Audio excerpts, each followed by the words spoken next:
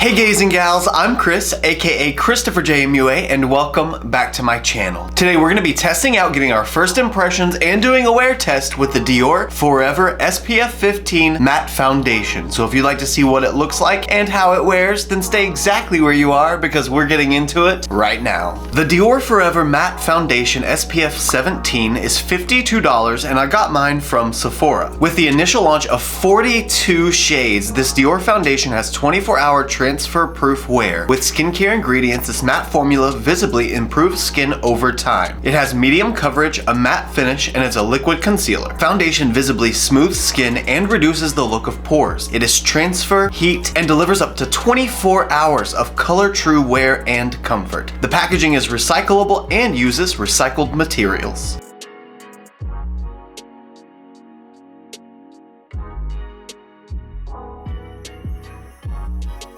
Surprise!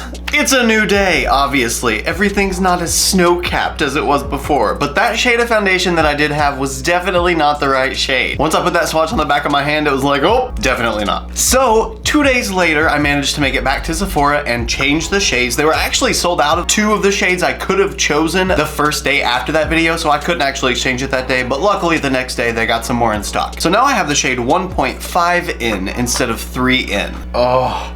I think that's a much better shade match. That's almost perfect. Now I did just recently finish my skincare routine. More like I actually got a shower this morning and got dressed and went to film immediately afterwards. I know it's crazy, right? Usually I don't start filming until like 4 or 5 at night, but it's 12:15. Look at me go. We're gonna have a real wear test today. Crazy. Now I have gone ahead and primed as well. I used the Winky Lux Whipped Cream Primer. This is my favorite primer for pore filling. It's just like spackle for a wall, but for your face. And I used the Bobbi Brown Vitamin Rich Face Base and the Tarte Base Tape Hydrating Primer. Nothing glowy, nothing mattifying, nothing that can potentially change the results of the foundation except for hydrating my skin. I just want to see what the foundation does by itself. Oh wait, this isn't matte. This is radiant. Well, good, but I definitely thought it was a matte foundation. Oh no, did I get the wrong one? Please don't tell me I got the wrong one. Oh, they're both new. I see, so they came out with a matte and a radiant at the same time. And I got the matte last time, and now I picked up the radiant one. They didn't have them in different sections though. They're in the same section. Mistake on their part, but that's okay. I'm gonna call it a happy accident because I much prefer radiant foundations over mattifying foundations. I'm gonna go ahead and start with maybe 2 pumps, and we'll see how far that takes us. It said this is a medium coverage foundation, and I believe the only difference between the matte one and the radiant one is the finish. I've got some trouble areas.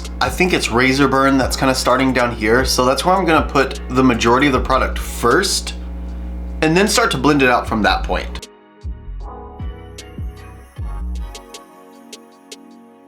Ooh, it smells really good. And it actually is the foundation this time. It's not just my brush. Part of it is my brush, because my brush does smell really good, because my brush cleaner smells really good. But this actually smells pleasant. A little bit chemically, but it's also got this kind of really light, perfumey kind of fragrance added, but it's not overwhelming. It just kind of smells like if you walk into the bathroom when somebody's in the bath with like a bubble bath going, it's that kind of smell. I look ridiculous like this.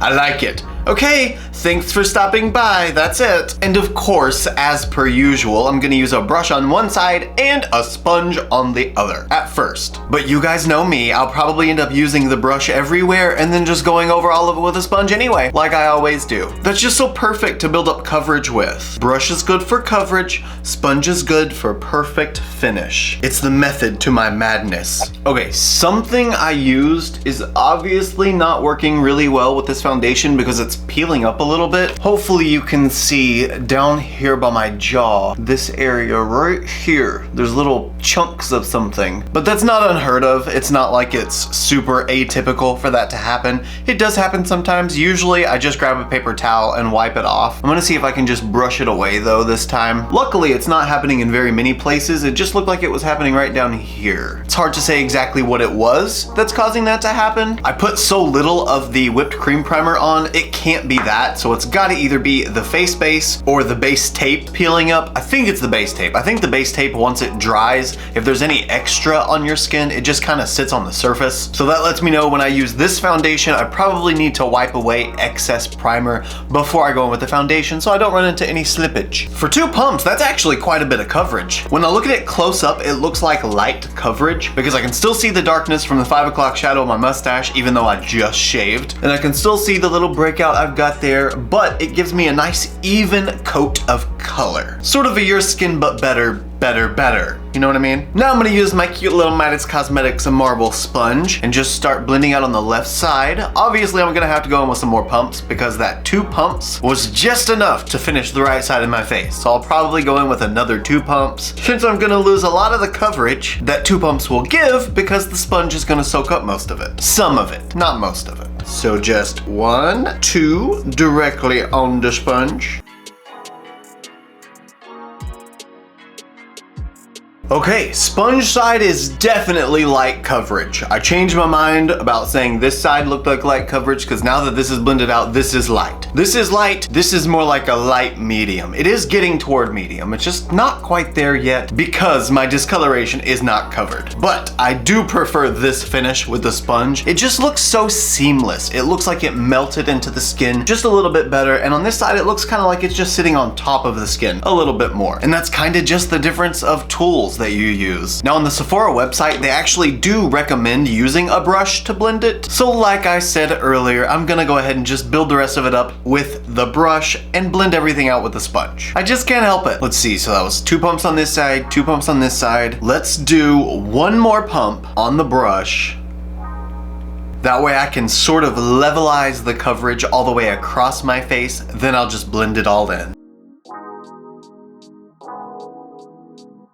I'm running into a little slight problem that I hate when foundations do this, but I've got to show you guys. My Lancome foundation that I tried in LA, I believe. I'll link that video up here. It was a custom shade mixing foundation, and they have a machine that custom matches your snapshot of your skin color. It was a really cool experience, but that foundation formula kind of, if you don't build it up the right way and use the right kind of primer with it, it seems to sink into the pores, but it doesn't sit on the surface of the skin. It seems like it just peels off of the surface, and I feel like that's kind of what I'm running into, especially on my nose. So hopefully you can kind of tell just on this side of my nose, the pores and the holes in my nose essentially are the color of the foundation. And then on the surface of my skin and on my nose, all of my redness is coming through and all of my actual skin tone is coming through instead because the foundation isn't sticking to the surface of the skin. It's just sitting in the pores. Now that being said, I do have a pretty easy solution to fix it. I just take a little bit of setting spray that's pretty alcohol heavy and just go ahead and spray my face a little bit.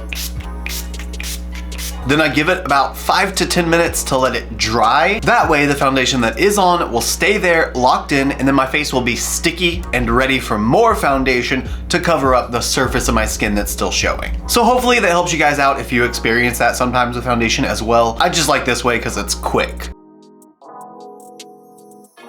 That is definitely so much better. I actually have coverage everywhere on my nose now. There's no redness coming through, no discoloration coming through, but so far so good. This is looking great. Now because it is a little more buildable than I expected, this is a foundation I would probably go in with some concealer and spot conceal first, maybe some color corrector, get rid of any discoloration, and then put on the foundation, because it does take quite a bit of product to cover up anything that's less than just a little bit dull skin. So if you have 5 o'clock shadow, blemishes, hyperpigmentation, dark spots, sunspots, whatever. If you got something you need to cover, I would recommend doing it with a concealer first. Speaking of concealer, today I'm going to be using the JOAH Essential High Coverage Concealer Pen, and setting powder is going to be my own little custom mix of my Too Faced Do You Glow Powder and the Laura Mercier Translucent Loose Powder. I like the glow of the Do You powder, but not as much as it likes to give. Then for contour and bronzing, I'm going to be using my Fenty Matchsticks, the shades Mocha and Truffle. Then to set everything, I'll be using the Charlotte Tilbury Micro Perfecting Powder, Skin Perfecting Micro Powder in the shade 2 Medium.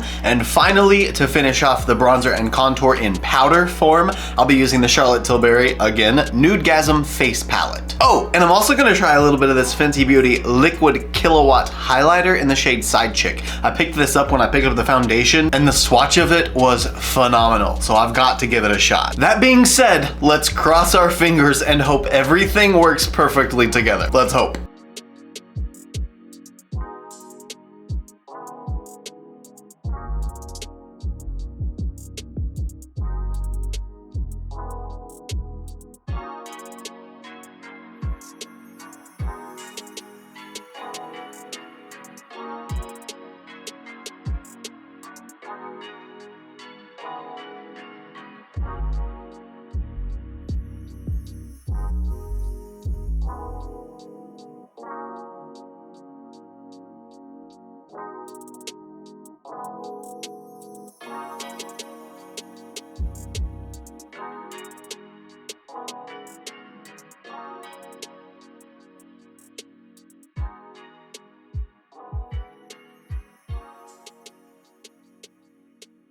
As you could see, every single cream product melted in beautifully. I love the way this looks so far. My skin just looks fresh and flawless. Let me zoom you in so you can see texture. Actually, it's kind of lack thereof. You can see that all of my pores are filled in and smoothed very nicely. The light reflecting off of it isn't too much. It's not a crazy amount of reflection, not so much that it actually makes pores look bigger, which some Luminous products do that. They make the texture look worse. This is not doing that. You can tell it's light reflecting, it leaves that skin-like finish, and everything just set beautifully. But now we come to the very scary part of the makeup application where we try powders over everything. And this is the part where if your primers and your foundation are not working together, you'll find out because the brush is gonna make little smear marks as you move the brush across your skin. So hopefully we don't run into that. Let's find out.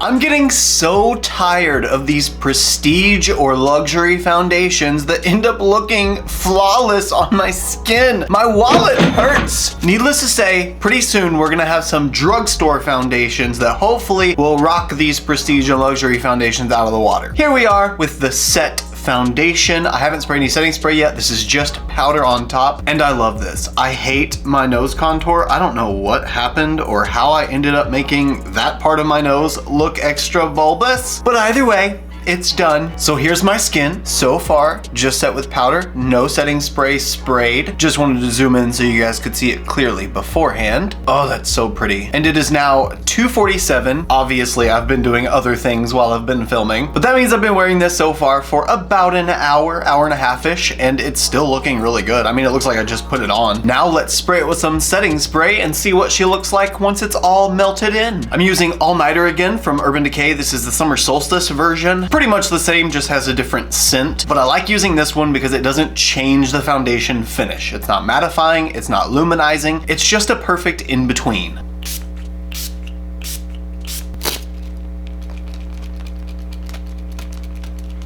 And there we have it, set with setting spray. Again, and still, I love the way it looks. We still have some of that luminosity from the light reflecting pigments. Mostly covered everything I wanted to cover. Now with the foundation on and set, I'm gonna go ahead and move on and finish off the rest of my makeup, and I'll see you guys for my first check-in. First check-in, we're about at the 5-hour mark, probably like 5.5 hours, and here's my skin so far. Still looks pretty flawless to me. Again, the coverage is not nearly as much as I want it to be because I want to cover that stuff. But aside from the coverage side of things, I think my skin looks phenomenal. Looking a little glowy on the forehead, which that's kind of odd because I'm not oily at all. I'm actually pretty dry. So having that shine and luminosity on my forehead kind of worries me for you oily folk or more hydrated folk, we'll say, because that might end up looking really greasy on you as it wears. But we'll see how my forehead wears throughout the day, see if that does happen or if this is just how it's going to look the whole time. But so far so good. I'm liking the way it's wearing. Okay, gays and gals, we've hit the 8-hour mark. So how does my skin look?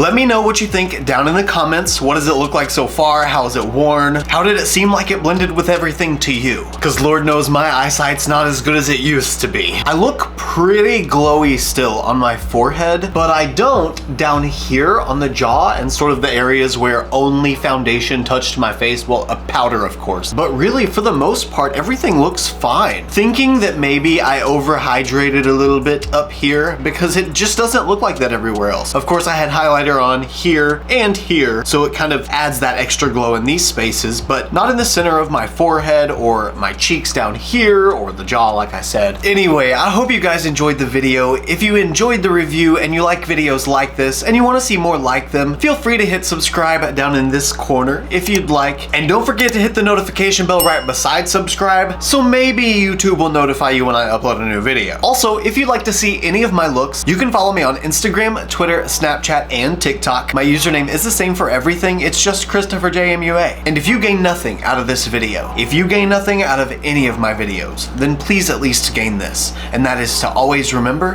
and to never forget that you are absolutely beautiful. And I love you guys. Bye.